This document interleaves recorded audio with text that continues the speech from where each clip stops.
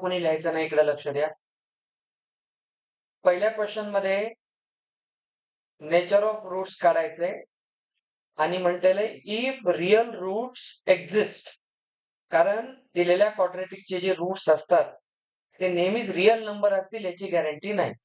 हे सगळं ठरवतं कोण? डिस्क्रिमिनंट. आणि म्हणून म्हणलेलं आहे इफ जर रिअल रूट असतील तर ते शोधा पण म्हणलेले. आता शोधण्यासाठी आपल्याला कोणती पण मेथड लावता येईल. ठीक आहे. आता मी सध्या रूट शोधत बसत नाही, फक्त आपण चेक करू. ठीक आहे. रूट कसे काढायचे आता आपण पूर्ण प्रॅक्टिस केलेली आहे. तर पहा इथे फर्स्ट क्वेश्चन मध्ये परीक्षेत तुम्ही कसं लिहिणार हे थोडंसं समजून घ्या. हे स्टँडर्ड फॉर्म मध्ये आहे, नसेल तर आधी आणायचं आणि आपण नेहमीप्रमाणे इथे लिहायचं कंपेअरिंग विथ ax² + bx + c = 0. इथून एबीसी ठरवून घ्या. पहिला क्वेश्चन आहे म्हणून मी सगळं सांगतो. एबीसी लिहिताना विथ साइन काम करत चला. आता लिहायचं आहे नाव, डिस्क्रिमिनंट लिहायचं दॅट इज डेल्टा. तर डेल्टाची व्हॅल्यू असेल b² - 4ac. व्हॅल्यूज ठेवूया -3² -4 + 2 × 5. तर या ठिकाणी इथे येतो +9 आणि झालं 40. निगेटिव्ह मध्ये येतं 31. तर जो डिस्क्रिमिनंट आहे तो <0 आहे. तर आपण म्हणू शकतो रूट्स आर अनरिअल. आता जर रूट्स अनरिअल आहेत तर ते शोधण्याचा पॉइंटच बनत नाही. चला याचं काम संपलं. आता सेकंड पहा 3x² - 4 √3x + 4. आता हे एवढं लिहित नाही मी, एबीसी ठरवून घेऊ.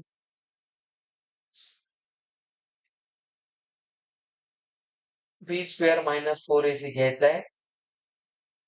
b² आहे -4√3² थोडे हे नीट करत चला. जेईई मेन्स मध्ये तुम्हाला असे एक्सप्रेशन्स खूप सापडतील. -4 हा ए आणि हा सी. तर कधी जो रूटच्या बाहेर आहे तो -4 आहे. -4 चा स्क्वेअर +16 आणि रूटचा स्क्वेअर रूटच्या बाहेर येतो. आणि इथे येतं इथे 12, इथे झालं 48. इथे झालं 48 - 48. आता बघा इथे डेल्टा 0 आलेला आहे. तर आपण म्हणतो roots are real and equal. नुसतं इक्वल नाही लिहायचं, रिअल अँड इक्वल. आता जे रिअल अँड इक्वल रूट असतात, मी तुम्हाला सांगितलं होतं त्याचा डिस्क्रिमिनंट 0 आलेला असल्यामुळं आपण पाहिलं होतं रूट कसे काढतात. त्याचा डायरेक्ट फॉर्म्युला -b/2a असतो. आठवा हे आपण केलं होतं. √0 ठेवल्यावर काय राहणार आहे? प्लस मायनसची टर्म कॅन्सल होते. हा निगेटिव्ह आणि स्वतः बी आहे -4√3. 2 टाइम्स ए आहे 3. तर हा झाला 4√3 आणि खाली 6. किंवा काम करा 2 × 3 करा. इथे डिवाइड करून टाका 2√3/3. खाली रॅशनल नंबर असल्यामुळं तुम्ही याला असंच ठेवू शकता. आता रिअल अँड इक्वल असल्यामुळं 2 रूट्स काढण्यात काही पॉइंट नाही, एकच काढायचा असतो. आता थर्डला काय फक्त चेक करायचंय. आता हे काढत बसत नाही. समजलं? पहिल्या क्वेश्चन मध्ये मी लिहून दाखवलं सगळं, तर लक्षात घ्या. 2/3 कसं? हा याला जर अजून पुढे करायचं असेल तर काही अडचण नाही. तुम्ही याला √3 × √3 लिहा आणि याला तुम्ही 2/√3 लिहू शकता. पण मी तुम्हाला आत्ताच बोललो डिनॉमिनेटर रॅशनलाइज असेल तर आपण त्याला डेंजर झोन मध्ये का टाकायचं. तर माझं असं म्हणणं होतं तुला वाईट वाटू नये म्हणून मी हे करून दाखवलं. आणि लाल कलरनं का केलं आता कळलं? हा ते डेंजर झोन मध्ये गेलं. करू शकता. MCQ जर आला तर तुम्हाला 2/√3 ऑप्शन देतील मुद्दाम तुमचं डोकं चेक करायला.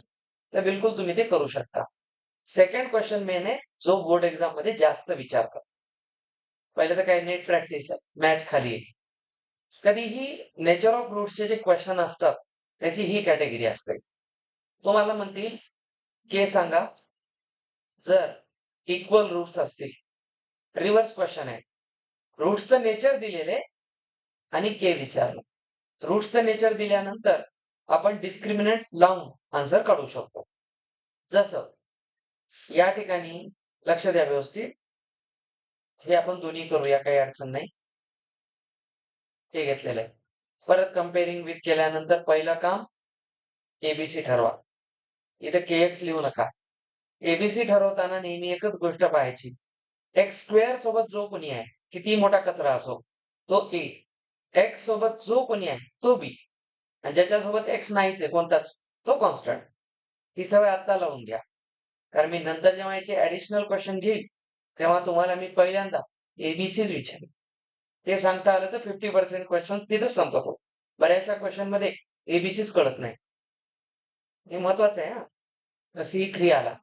आता आपल्याला म्हणलेलं आहे रूट्स आर इक्वल. ठीक आहे. याचा अर्थ काय आहे? बी स्क्वेअर मायनस 4ac इज 0. हे लिहून टाकायचं 100%. कारण इक्वलची कंडिशनच ही आहे. झालं. तर इथं तुम्ही लिहू शकता पुटिंग व्हॅल्यूज.